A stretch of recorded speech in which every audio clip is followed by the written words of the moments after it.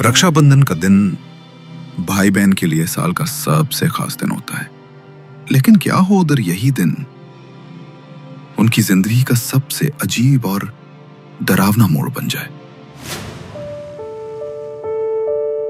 प्रेरणा मोहित की छोटी बहन थी। 3 साल पहले हुए एक दर्दनाक कार एक्सीडेंट में उनके मम्मी पापा नहीं रहे। तब से मोहित ही माँ बाप बनकर प्रेरणा की देखभाल कर रहा था।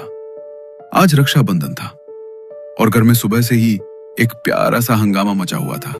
इस बार गिफ्ट में नया फोन चाहिए तुझे? हाँ, फोन चाहिए मुझे, और भैया वो वाला फोन जिसमें सुपर क्लियर कैमरा है। सेल्फी खींचो तो लगे मॉडलिंग शूट चल रहा हो।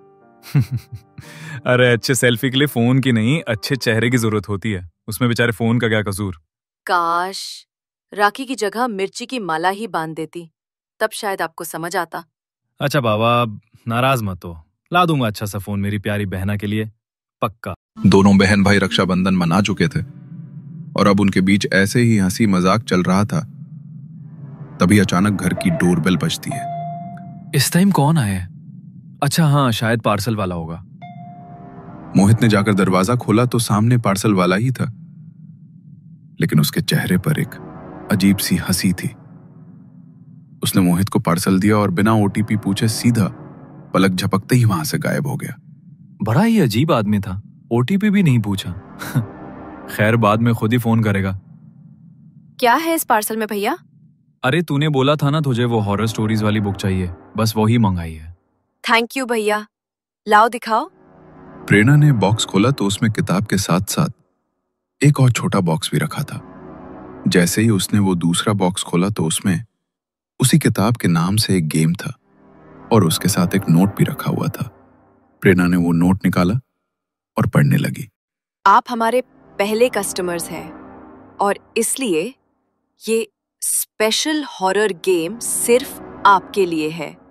आत्माओं से बात करने का शौक है तो एक बार इसे जरूर आजमाइए, पर याद रखिए अगर ये खेल खुल गया तो जो आत्मा आएगी वो सिर्फ खेलने नहीं, रहने भी आ सकती है। वाह, अब ये भी नया ट्रेंड आ गया है लोगों को डराने का। आत्मा वात्मा कुछ नहीं होता, पता है ना। ऐसे कितनी फालतू गेम्स खेले हैं कॉलेज में, सब ड्रामा होता है बस। हाँ, पर भैया इस वाले गेम में कुछ तो अजीब है। मतलब देखने से ही कुछ अनकंफर्टेबल लग रहा है। मुझे तो लग रहा है इसे डस्टबिन में फेंक देना चाहिए। ओहो, तो इसका मतलब मैडम डर गई? नहीं तो किसने बोला मैं डर गई? मैं क्यों डरूंगी भला? बस मुझे अजीब लगा इसलिए कहा। ठीक है, तो फिर एक काम करते हैं, अगर तू नहीं डरी है तो आज रात हम दोनों साथ में ये गेम खेलते हैं। प्रेरणा का वो गेम खेलने का बिल्कुल भी मन नहीं था, लेकिन अपने भाई के बार बार कहने पर वो रात को उसके साथ वो गेम खेलने के लिए बैठ गई। मोहित ने कमरे की लाइट्स बंद कर दी और 4 कैंडल जलाकर कमरे के चारों कोनों में रख दी। फिर गेम को बीच में रखकर दोनों आमने सामने बैठ गए। देख, सबसे पहले हमें इस बोर्ड पर ये सिक्का घुमाना है और उसके बाद बोलना है अगर कोई आत्मा यहाँ है तो हमारे सामने आए, और फिर 3 बार ताली बजानी है। बस इतना ही करना है। रहने देते हैं ना भैया, मुझे ये सब बिल्कुल भी अच्छा नहीं लग रहा। सच में मुझे बहुत अजीब सा महसूस हो रहा है। अरे पगली, कुछ नहीं होगा, मैं हूं ना तेरे साथ। मेरे रहते तुझे कुछ हो सकता है क्या? तू बस मेरे ऊपर भरोसा रख, चल ट्राई करते हैं। मोहित और प्रेरणा ने बोर्ड पर रखे सिक्के पर हाथ रखा। धीरे धीरे सिक्के को गोल घुमाया और फिर उसे बोर्ड के बीच में रख दिया। इसके बाद दोनों ने एक साथ कहा, अगर इस कमरे में कोई आत्मा मौजूद है तो हमें अपने यहाँ होने का एहसास कराओ। ये सवाल पूछकर दोनों ने 3 बार ताली बजाई। कमरे में कुछ पल के लिए सन्नाटा छा गया। कोई हलचल नहीं, कोई आवाज नहीं, सब कुछ वैसा ही शांत था। लेकिन तभी मोहित जोर जोर से हंसने लगा। भैया आप इस तरह हंस क्यों रहे हो? आपको कुछ हो तो नहीं क्या भैया? अरे यार, तू कितनी बड़ी डरपोक है। तेरा चेहरा देखकर तो मेरी हंसी रुक ही नहीं रही। कुछ नहीं है इस गेम में, कोई आत्मा वात्मा नहीं आती, सब फालतू का टाइम पास है। चल बंद कर इसे अब। मोहित ने गेम बोर्ड से सिक्का उठाया और बोर्ड को फोल्ड करके बिस्तर पर रख दिया। लेकिन जैसे ही वो दोनों पीछे मुड़े, वो बोर्ड अपने आप फिर से जमीन पर उसी तरह खुला हुआ रखा था। तभी उनके कानों में कुछ अजीब सी आवाज पड़ी, और जब उन्होंने धीरे से पीछे मुड़कर देखा तो बोर्ड अब बिस्तर पर नहीं था, बल्कि जमीन पर खुला हुआ रखा था, और उसके ऊपर वही सिक्का भी रखा हुआ था। भैया, अभी तो आपने ये बोर्ड फोल्ड करके बेड पर रखा था, तो ये नीचे कैसे आ गया? और ये तो बिल्कुल उसी जगह पर वैसे ही रखा है जैसे पहले था। देखिए, आप मेरे साथ कोई मजाक तो नहीं कर रहे ना? नहीं प्रेरणा, मैंने कुछ भी नहीं किया। मुझे खुद भी समझ नहीं आ रहा है ये सब कैसे हो रहा है। अब वो दोनों बुरी तरह घबरा चुके थे। तभी अचानक कमरे का दरवाजा अपने आप बंद हो गया, और कमरे में एक अजीब सी ठंडक फैल गई। खिड़कियां अपने आप खुल गईं, और बहुत तेज हवा चलने लगी। लेकिन इतनी जोरदार हवा के बावजूद कमरे के चारों कोनों में रखी मोमबत्तियां बुझी नहीं। भैया, मुझे बहुत डर लग रहा है। प्लीज इस रूम से बाहर चलते हैं ना? हाँ छोटी, डर मत, मैं दरवाजा खोलने की कोशिश करता हूँ। वो दोनों भागते हुए दरवाजे की तरफ गए, लेकिन लाख कोशिशों के बाद भी दरवाजा खुलने का नाम नहीं ले रहा था, और कमरे में फैल रही वो ठंडक अब और भी ज्यादा बढ़ती जा रही थी।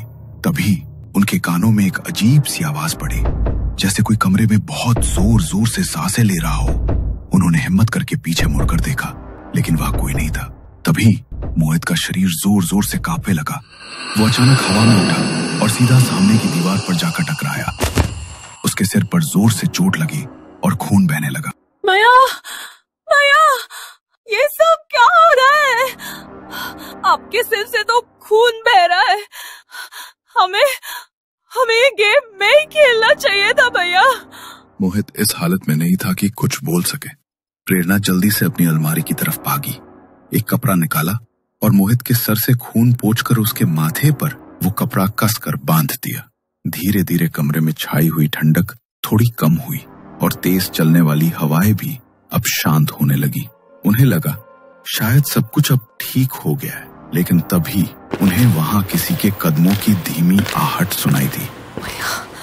ऐसा लग रहा है कि अभी भी हमारे अलावा कोई और मौजूद है। शायद हमें वो गेम दोबारा खेलकर ये बोलना चाहिए कि जो भी आत्मा यहाँ है, प्लीज यहाँ से चली जाए। तुम ठीक कह रही हो प्रेरणा, हमने ये गेम खेल के बहुत बड़ी गलती कर दी, लेकिन अब जब इसे शुरू कर ही दिया है तो इसे खत्म भी हमें ही करना होगा। दोनों ने फिर से वो गेम बोर्ड उठाया, बोर्ड के ऊपर रखे सिक्के पर हाथ रखा और उसे धीरे धीरे गोल घुमाया। हम जानते हैं कि हमारे पास यहाँ कोई आत्मा मौजूद है, लेकिन हम अब इस खेल को खत्म करना चाहते हैं। जो भी आत्मा इस जगह पे, कृपया यहाँ से चली जाओ। हमारा इरादा तुम्हें परेशान करने का नहीं था। कुछ देर के लिए सब कुछ बिल्कुल शांत हो गया, लेकिन थोड़ी देर बाद बोर्ड पर रखा वो सिक्का तेजी से गोल गोल घूमने लगा। कमरे में फिर से वो ठंडक बढ़ने लगी। इससे पहले कि वो कुछ समझ पाते, अचानक खुद ब खुद कमरे का दरवाजा खुला। पीछे से कसकर किसी ने मोहित के बालों को पकड़ा और उसे घसीटते हुए कमरे से बाहर ले गया। मोहित जोर जोर से घसीटता चला जा रहा था और प्रेरणा उसके पीछे पीछे भाग रही थी। भैया, भैया!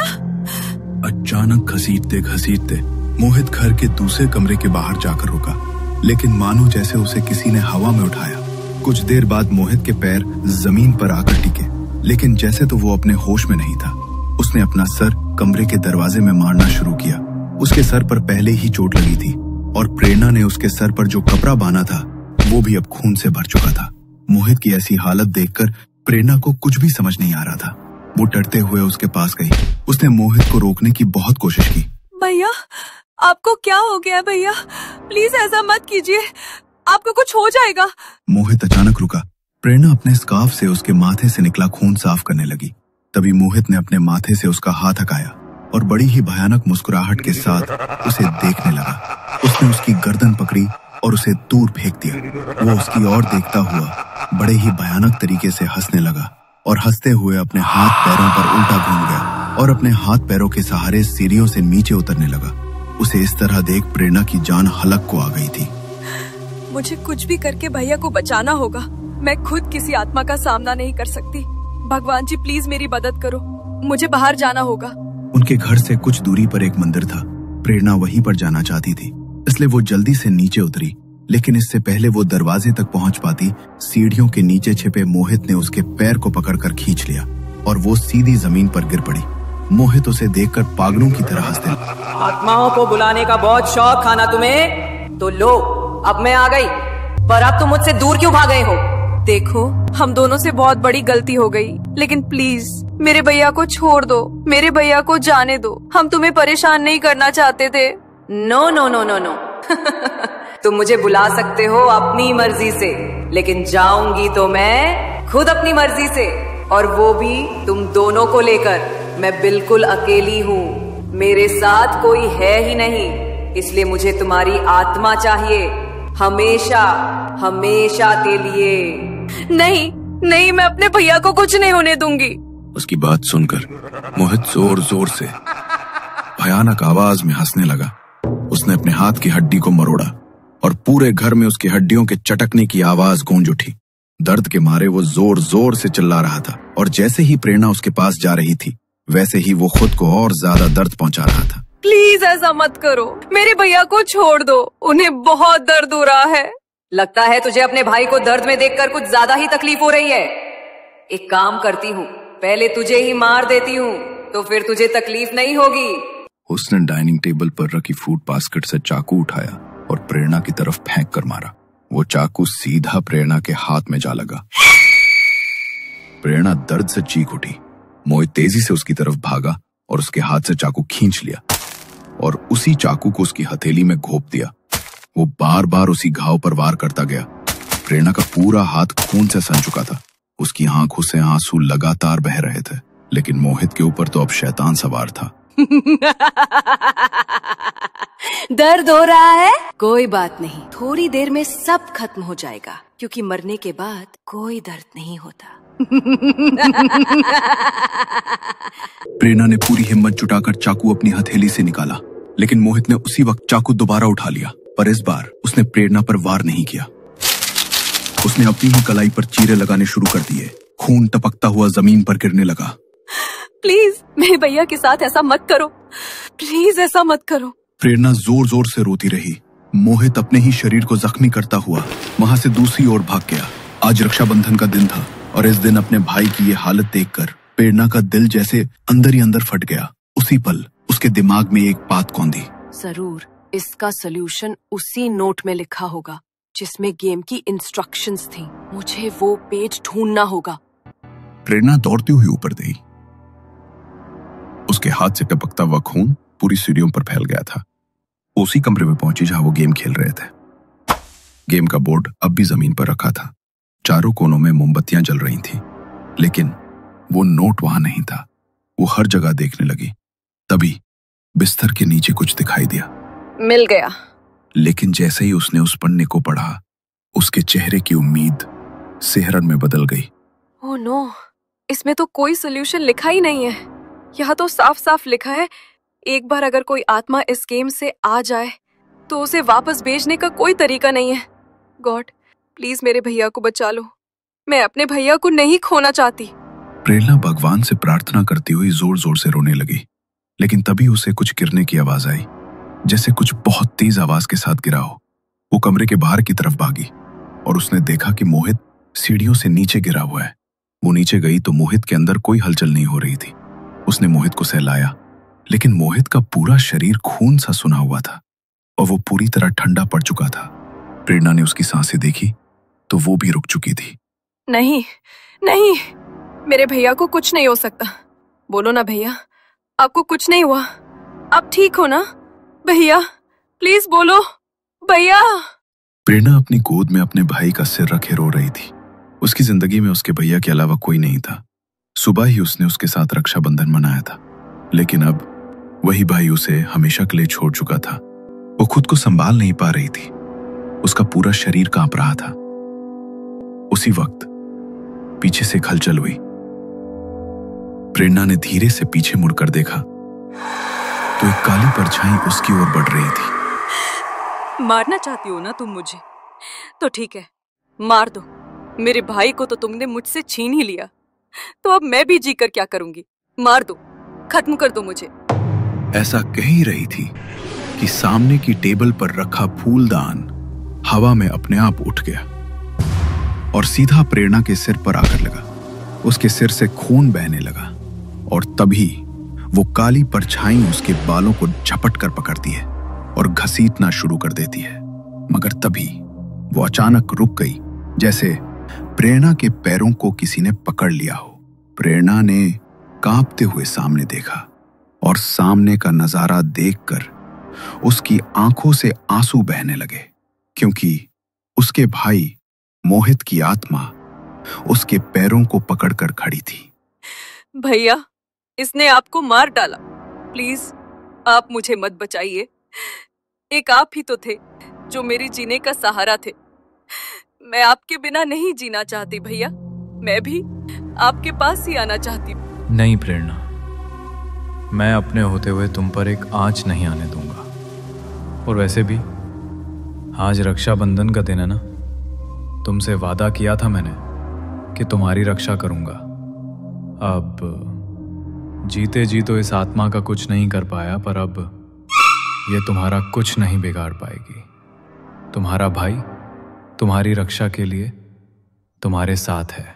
मोहित की आत्मा आगे बढ़ी। वो काली परछाई उस पर झपट पड़ी, लेकिन मोहित की आत्मा शुद्ध और पवित्र थी, इसलिए वो उस आत्मा पर हावी पड़ गया। तभी खिड़की से एक अलौकिक रोशनी कमरे में दाखिल हुई और सीधी मोहित की आत्मा पर पड़ी। वो काली परछाई उस रोशनी से बचने के लिए मोहित की आत्मा से दूर भागने लगी, मगर मोहित ने उसे पकड़ रखा था। जैसे ही वो परछाई उस रोशनी के संपर्क में आई, वो जोर जोर से चीखने लगी और देखते ही देखते उस रोशनी में मोहित की आत्मा उस काली परछाई को अपने साथ लेकर हमेशा के लिए कहीं ओझल हो गई। भले ही मोहित खुद नहीं बच पाया, लेकिन रक्षाबंधन के दिन उसने अपनी बहन से किया वादा निभाया। मरने के बाद भी उसने उसकी रक्षा की। उनके मुक्त होते ही वो गेम अपने आप कहीं गायब हो गया, लेकिन उस गेम को खेलने का दर्द हमेशा के लिए प्रेरणा के दिल में रह गया और रक्षाबंधन के दिन अपने भाई को खोने का दुख प्रेरणा के दिल में हमेशा के लिए एक बोझ बनकर रह गया।